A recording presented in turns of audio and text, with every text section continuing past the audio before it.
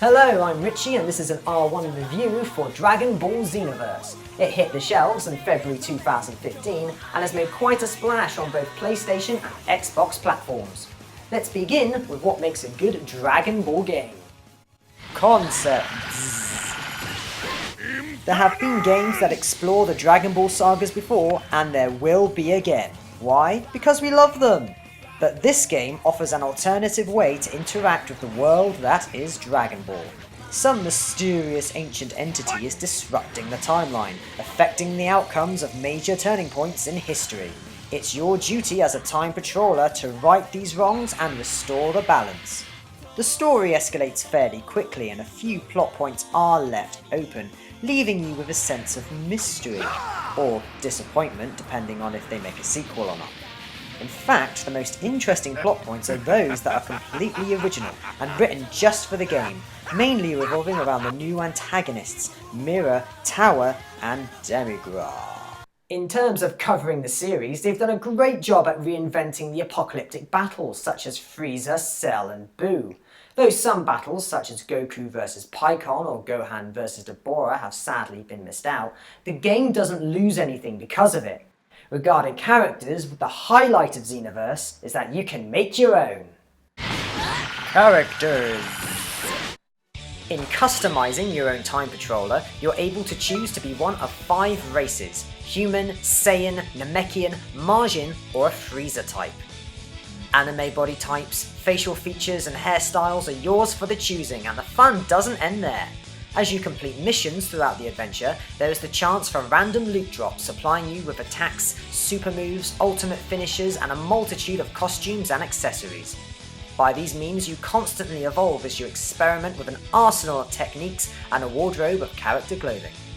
You can even model your character after your favourite Z-Fighter, donning their combat gear and becoming a student of their particular fighting style. Or you can go a step further and just play as the classics in the parallel quests and versus mode.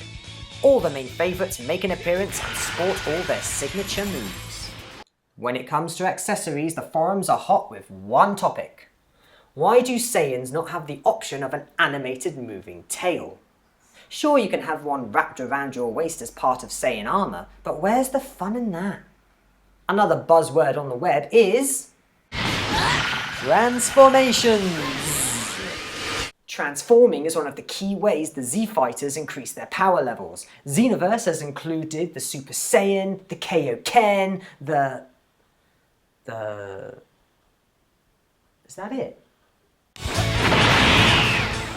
Going Super Saiyan is awesome.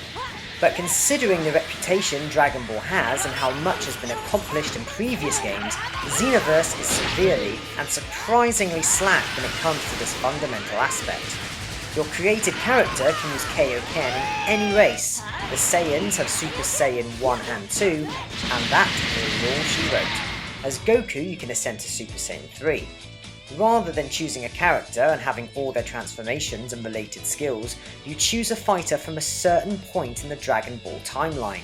For example, Vegeta from the Saiyan saga with his Gallic Gun, or from the Buu saga with his Final Flash. When you consider how many transformations Frieza is supposed to have, the standard game only contains his basic form, final form, and 100% power form. And though we see him transform as part of the main story, it's not possible to do as a playable character, and his forms are presented as 3 unconnected choices in the character select menu. Compared to Dragon Ball Z Budokai Tenkaichi 3 on the PS2, where you can ascend through all of Cell's various incarnations and even go Uzaru in battle, XenoVerse has been a bit of a letdown.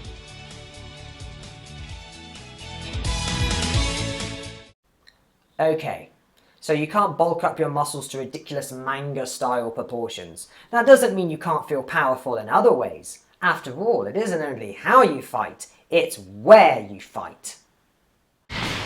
Gameplay! This is a beautiful game to play. All the stages are varied and memorable, from the waterways of Namek to the stratosphere of Earth. Yet these semi-destructible environments can hamper your enjoyment when they interfere with your match. Opponents avoiding a Super Kamehameha by hiding behind a rock does tend to ruin the fun and can quickly become an annoyance. The combat is relatively straightforward, if not a bit finicky. There's a button for your light attack combos, one for a heavy hit to break through defense, and your own chosen set of special skills and ultimate attacks. Being able to battle in the 3D environments and flying to attack your opponent from above all adds to a great battle flow and keeps you on your toes. The lock-on can take some getting used to, and can prove awkward at times, especially when facing more than one combatant. Dodging an attack from an opponent is one thing, dodging two is down to luck and next to impossible. Every time you level up, your stats increase and you gain battle points, which you can allocate to a stat of your choice, improving health, stamina, or giving your ki blasts an extra kick. The parallel quests offer a lot of replay value, even if it's just to see what fighters other players have made, hunting down the Dragon Balls, or just simply trolling for loot drops. Seriously, the amount of people continuously doing Parallel Quest 14 hoping for the Super Saiyan skill to drop is staggering. Speaking of replay value, extras! Since the initial release on February 3rd, DLC packs have been made available, adding some of the heroes and villains from the GT series to your roster, including Pan, Trunks, Goku GT, Ice Nova and Omega Shenron. To promote the new movie Resurrection of F, you get to play as and spar against Super Saiyan God, Super Saiyan Goku and Vegeta, as well as Golden Frieza. The Elder Kai appears to mentor you in the ways of the Mystic. Master his training and earn Unlock Potential, Gohan's secret technique to boost your stats even further. It's fantastic to be up to date with the modern characters and wet our whistles for the new Dragon Ball Super series, even if we are missing some of the older characters like 19, Lord Slug and Grandpa Gohan. Despite a few major hiccups with the lock-on, it's always fun to meet new gamers online to test your strength and skill. It's a definite play for Dragon Ball fans, and even enjoyable for social gamers in general. If I had to give this game a rating between 1 and 10, I'd have to say... It's over 9,000! What, 9,000?! Like I was gonna miss an opportunity to make that reference.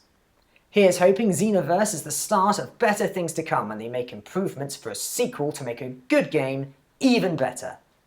If this review helped you out, please leave a comment, like and subscribe. I'm Richie, stay magic and see you next time!